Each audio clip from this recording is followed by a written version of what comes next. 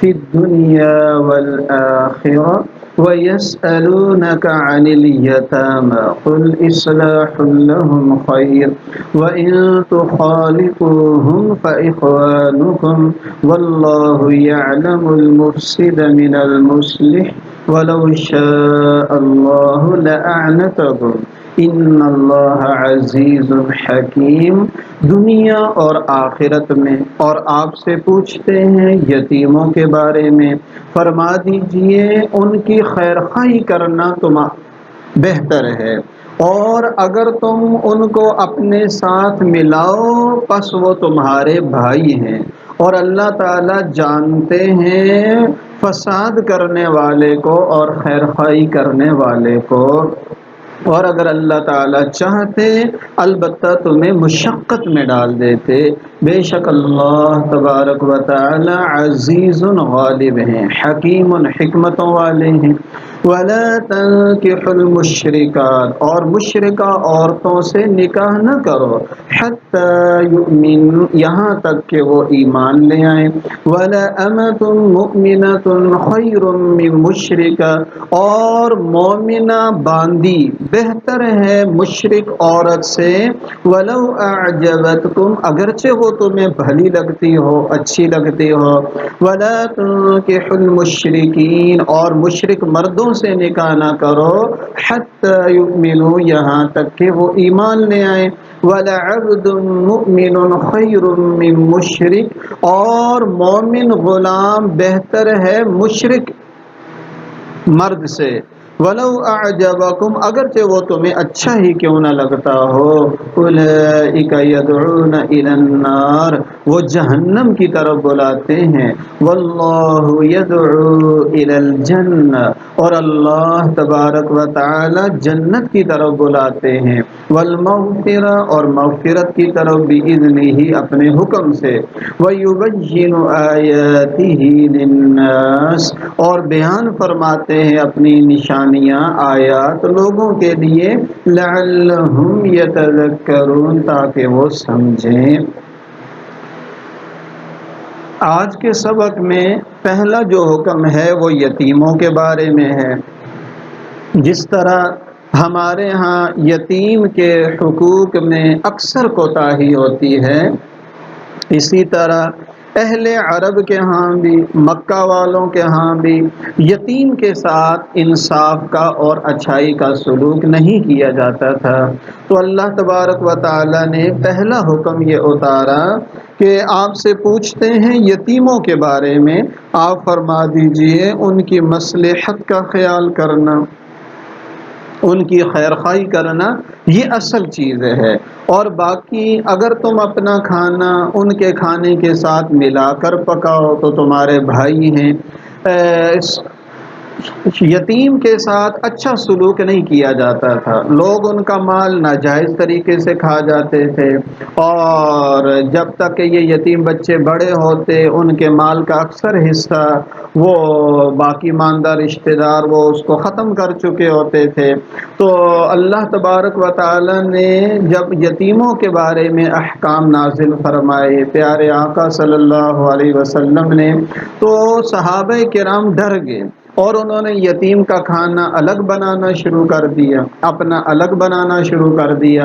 اور 2 ہانڈیاں بنانا ایک وقت میں یہ مشکل بھی ہوتا ہے، ایک مشقت ہوتی ہے،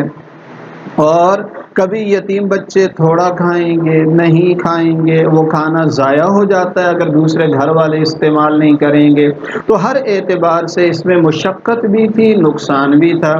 اور ملا کر کھانے میں وہ ڈرتے بھی تھے کہ یتیم کا حصہ ہماری طرف نہ آ جائے۔ تو اللہ تبارک و تعالی نے فرمایا دیکھو اصل چیز ہے ان کی خیر خواہی، ان کا خیال کرنا۔ اگر تم ملا کر پکاؤ، اکٹھا ایک ہی کھانا بناؤ، اس کا ان میں حصہ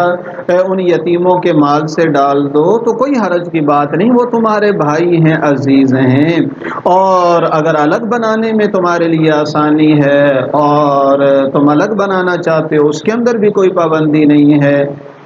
جیسے آسانی ہو۔ باقی جس نے مال ضائع کرنا ہے یتیم کا، ناجائز کھانا ہے تو وہ ملا کر پکانے میں بھی استعمال کر سکتا ہے، علیحدہ میں بھی استعمال کر سکتا ہے۔ اللہ فرماتے ہیں کہ اللہ جانتے ہیں کہ مفسد کون ہے اور مصلح کون ہے، کس کی نیت میں فساد ہے اور کس کے دل میں خیر خواہی ہے یتیم کی، یہ اللہ خوب جانتے ہیں۔ اگر اللہ تعالیٰ چاہتے تو تمہیں مشقت میں ڈال دیتے، یعنی قطعی حکم یہی اتار دیتے کہ یتیم کا کھانا بس الگ ہی بنانا ہے، اس کی ہر چیز کو الگ کرنا ہے، تو تم کتنی مشقت میں پڑ جاتے۔ لیکن اللہ تبارک و تعالیٰ نے تمہیں مشقت میں نہیں ڈالا، تمہیں اجازت دے دی جیسے تمہارے لیے آسانی ہو، اور اللہ تبارک و تعالیٰ غالب ہیں اور حکمتوں والے ہیں۔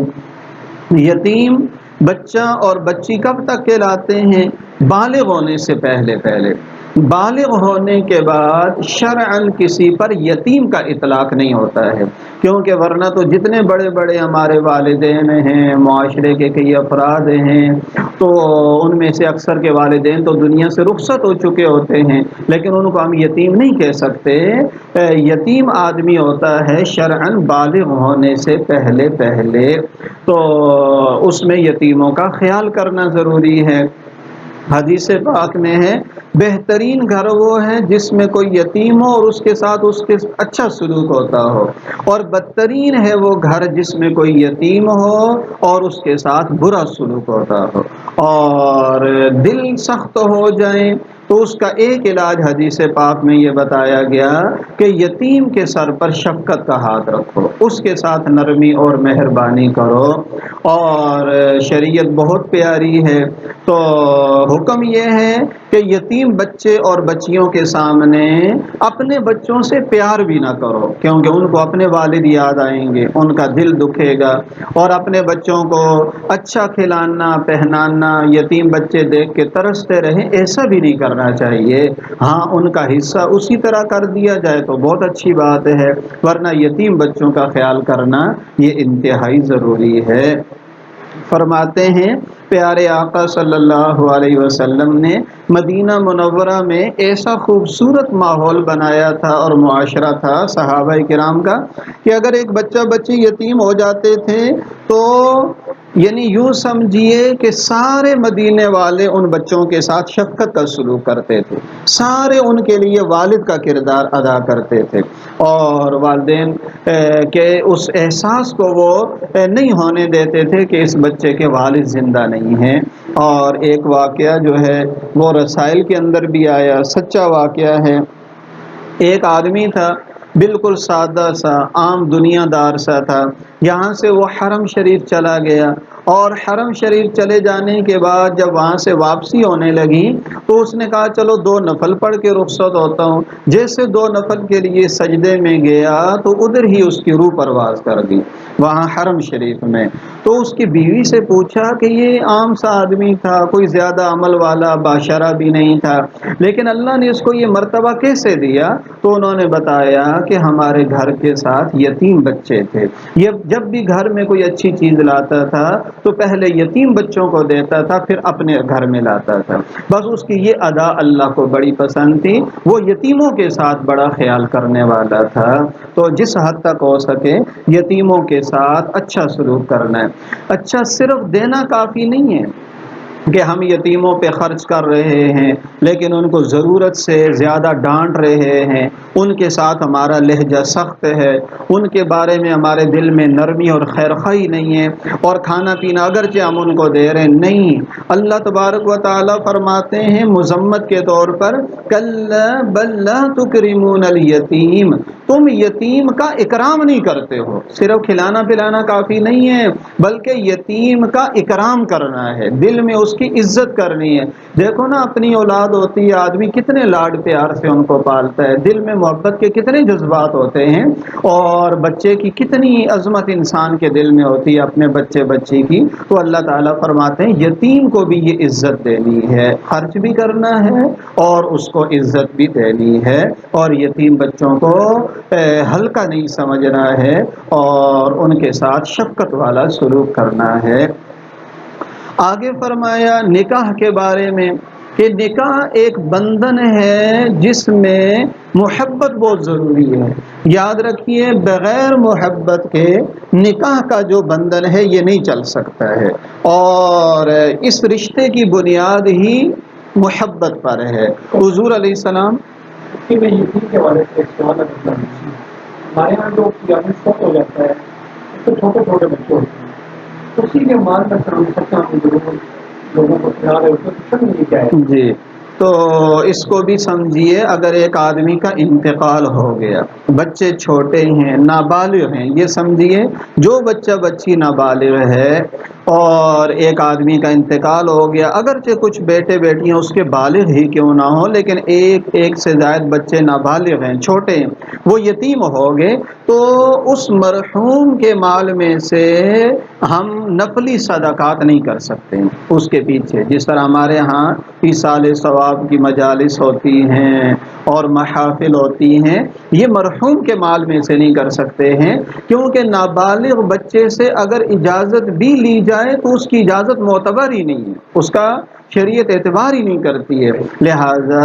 پہلے تو ہم نے میراث کو تقسیم کرنا ہوتا ہے۔ ہاں، کوئی رشتہ دار، کوئی عزیز، چچا، ماموں، بھائی، بہن اور کوئی کزن اگر اپنی طرف سے اس کے لیے ایصال ثواب کریں اور مجلس منعقد کریں تو بہت اچھی بات ہے، لیکن انہی کے مال میں سے جو دنیا سے چلیں گے اور کچھ بچے ان کے چھوٹے ہیں اور وہ ابھی اجازت دے بھی نہیں سکتے، نہ ان کی اجازت کا اعتبار ہے، تو اس کے مال میں سے ہم ایصال ثواب نہیں کر سکتے۔ ایصال ثواب کر سکتے ہیں، مطلب یہ نفلی صدقہ جو ہمارے ہاں ایک ایصال ثواب کا طریقہ مشہور ہے، یہ نہیں کر سکتے۔ ایصال ثواب تو حق ہے، الایصال حق، پڑھ کے ان کو بخشو، اپنی طرف سے صدقات کرو، جو بالغ ہیں وہ اپنی طرف سے اپنے والدین اور مرنے والے کے لیے ایصال ثواب کریں۔ الایصال حق، تمام اہل سنت کا عقیدہ ہے، پوری امت کا، کہ ایصال ثواب کرنا تو جائز ہے، لیکن جو ہم ہزاروں روپے لگا دیتے ہیں، بس اوقات لاکھوں روپے لگا رہے ہوتے ہیں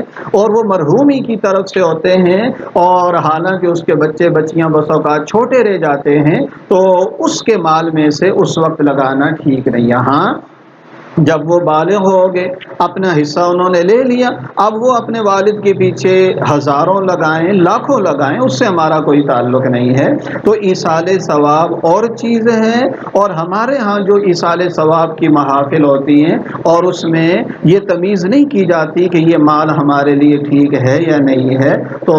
اس حوالے سے ہمارے ہاں کوتاہی ہوتی ہے۔ دیکھو، ہم سب شریعت کے پابند ہیں۔ حضرت امام ابو حنیفہ رحمۃ اللہ علیہ کسی کے گھر تشریف فرما تھے، جیسے اس کا انتقال ہو گیا، صاحب خانہ کا، حضرت نے چراغ بجھا دیا، تو صاحب خانہ نے کہا حضرت، جو وہاں کے اس کے مزید ورثاء تھے یا گھر والے تھے، کہ ایک تو ہمارے بندے کا انتقال ہو گیا اور آپ نے چراغ بھی گل کر دیا، یہ کیا؟ حضرت نے فرمایا جب تک اس کی سانس باقی تھی یہ اس کی ملکیت تھا، جیسے وہ دنیا سے چلا گیا اب اس کے اندر سارے ورثاء کا حصہ ہو گیا، اب اس کو جلانا ٹھیک نہیں ہے، یہ جس کی وراثت میں آئے گا پھر اس کی مرضی اس کے اندر چلے گی۔ تو کتنی زیادہ احتیاط پائی جاتی تھی، ایک ایک روپے کا نا حلال حرام کا ہم نے اللہ کو جواب دینا ہے، تو اس حوالے سے بھی ہمیں ضرور خیال کرنا چاہیے۔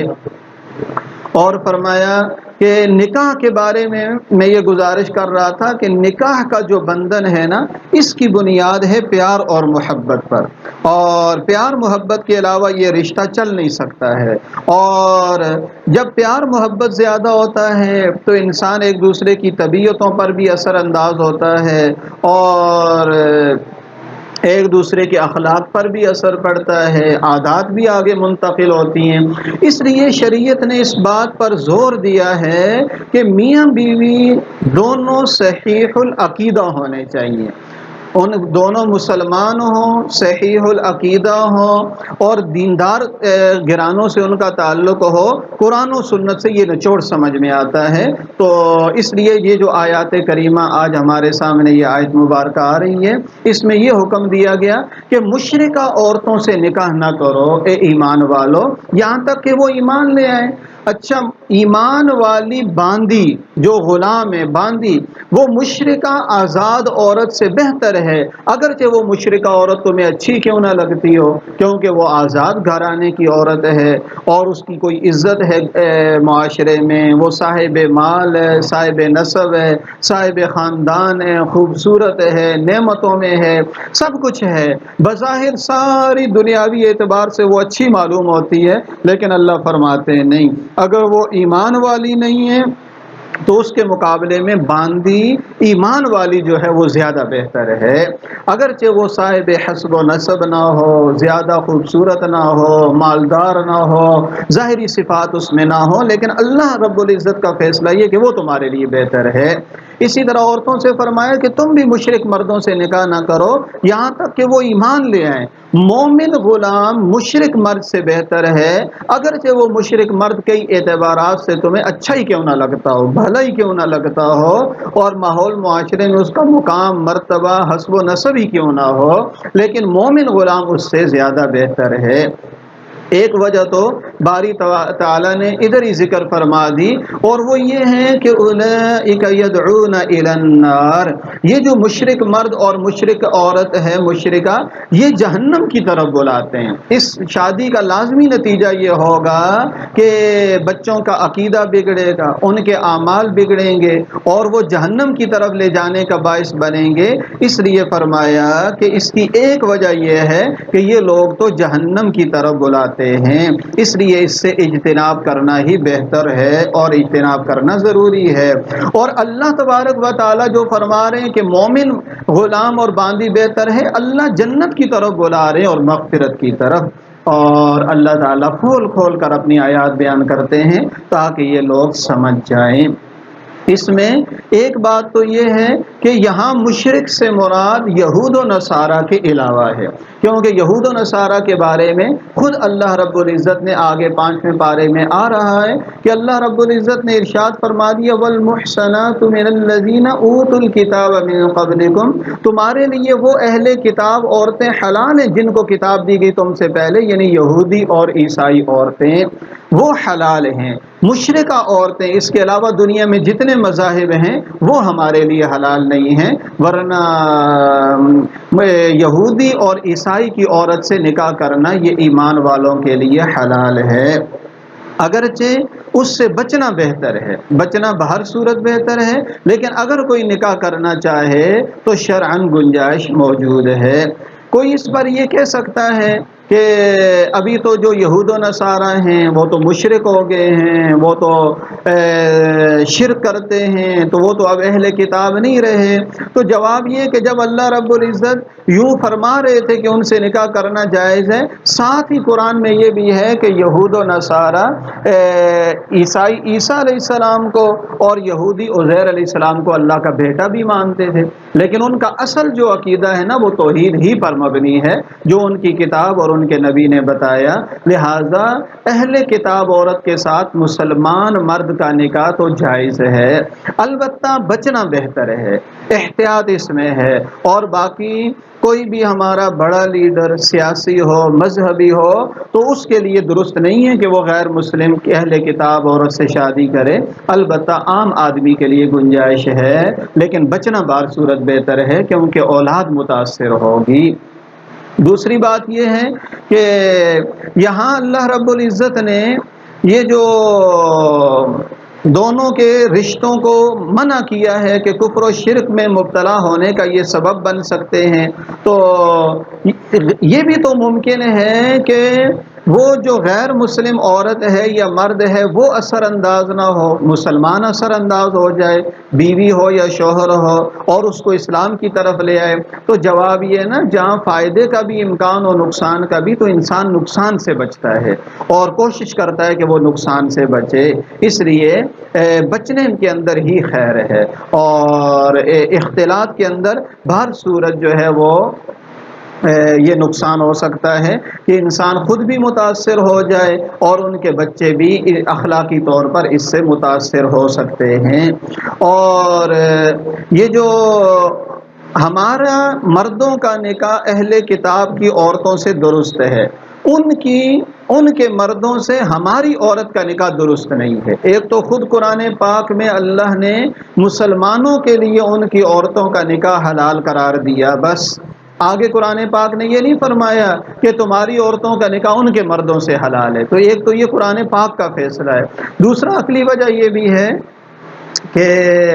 اکثر طور پر بیوی جو ہے نا وہ شوہر کے تابع ہوتی ہے۔ اہل کتاب عورت ہمارے ہاں آئے گی تو ہم اپنے بچوں کو اپنی مرضی سے اپنے مرضی کے اداروں میں پڑھا سکتے ہیں، بچوں کی تعلیم کا فیصلہ کر سکتے ہیں، بچوں کے بارے میں مستقبل کا فیصلہ مرد کے لیے شریعت نے رکھا ہے وہ کر سکتے ہیں، لیکن عورت تو شوہر کے تابع ہے نا۔ ہماری عورت اگر ان کے پاس جائے گی تو بچے تو وہ تعلیم حاصل کریں گے، وہاں جائیں گے، اٹھیں بیٹھیں گے جہاں خاوند چاہے گا، تو ہماری عورت پھر اس سے دینی حوالے سے متاثر ہو جائے گی۔ اس لیے بھی شریعت نے اس کو درست نہیں سمجھا۔